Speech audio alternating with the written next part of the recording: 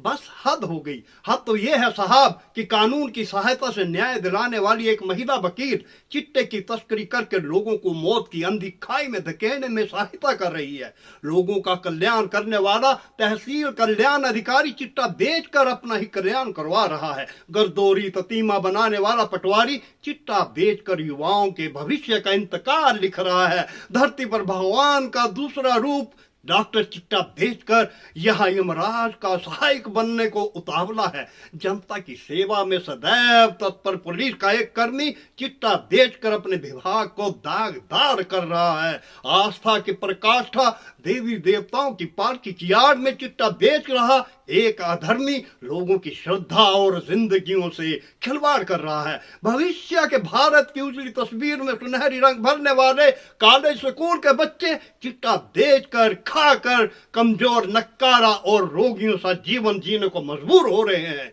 कुछ सब्जी भाजी राशन के दुकानदार लोगों का पेट भरने के बदले हमारी अस्थियों को लोटे में भरने की फिराक में है। ज्ञान का प्रकाश बांटकर समाज को प्रकाश में बनाने वाला एक गुरु चिट्टा बेचकर लोगों के जीवन में अंधकार भर रहा है। कहने का अर्थ यह है कि समाज में शायद ही कोई ऐसा प्रतिष्ठित व्यवसाय बचा हो जो इस चिट्टे के धंधे में संलिप्त नहीं है। बस यही अत्यंत चिंतनीय विषय है। नमस्कार, सत श्री अकाल, अदावर्ज, ये है मेरा फर्ज।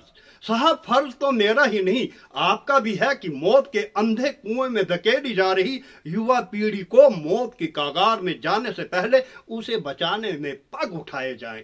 देवभूमि, शिव भूमि या मृत्यु भूमि। साहब, इन दिनों शायद ही ऐसा कोई दिन हो जब मीडिया की सुर्खियों में ये एक खबर ना रहती हो कि नशे की डबल डोज से 18, 20 या 22 वर्ष के युवा की मौत हो गई।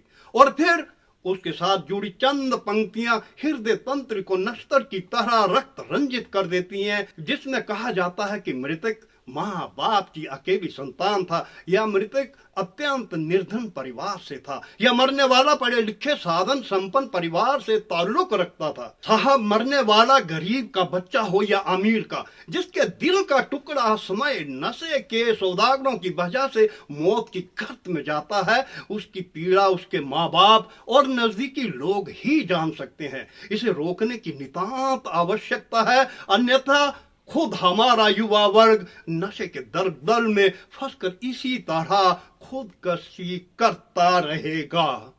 पड़ोसी राज्य पंजाब के बाद अब उड़ता पंजाब बनती ये हरी भरी देवी देवताओं की तपोस्थली, ये पावन धरा अब नशे के सौदागरों की मुख्य स्थली बन रही है, जहां कुछ दरिंदे शॉर्टकट से पैसे कमाने के चक्कर में युवाओं को मौत बांट रहे हैं।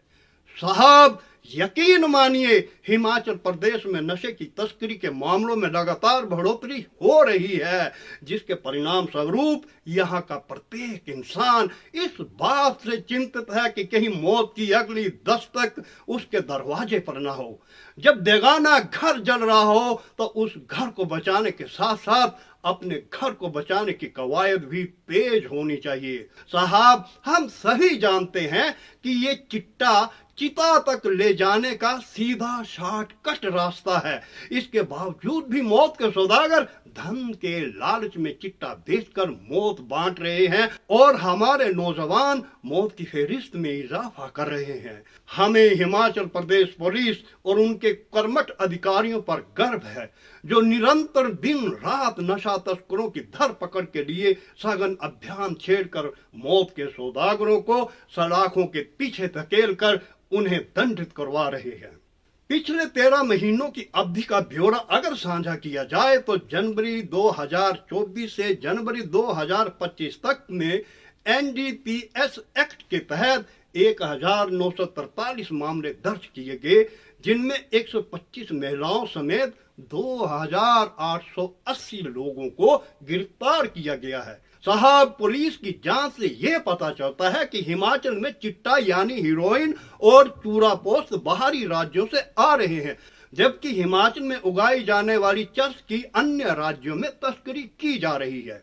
इसका अर्थ यह हुआ कि हिमाचल प्रदेश अब सिर्फ नशे के उपभोक्ताओं का ही नहीं बल्कि तस्करी के लिए एक प्रमुख ट्रांजिट पॉइंट भी बनता जा रहा है। हिमाचल प्रदेश में नशे की समस्या गंभीर बनी हुई है, लेकिन प्रदेश पुलिस लगातार सक्रियता दिखा रही है। 1943 मामलों में 2880 गिरफ्तारियां और भारी मात्रा में नशे के सामान की जब्ती इस बात का प्रमाण है कि कानून प्रवर्तन एजेंसियां कितनी मुस्तैदी से काम कर रही हैं। शिमला पुलिस ने राधे गैंग, रंजन गैंग, शाही महात्मा शाह गैंग और गुरमीत गैंग का भंडाफोड़ किया है। हाल ही में गुरमीत गैंग से 2 किलोग्राम चिट्टे पकड़े जाने का यह मामला बहुत मायने रखता है। यह गैंग हिमाचल में चिट्टा सप्लाई का एक स्रोत बना हुआ था, जिसके तार पड़ोसी मुल्क पाकिस्तान से जुड़े होने का अर्थ है हमारी राष्ट्रीय सुरक्षा में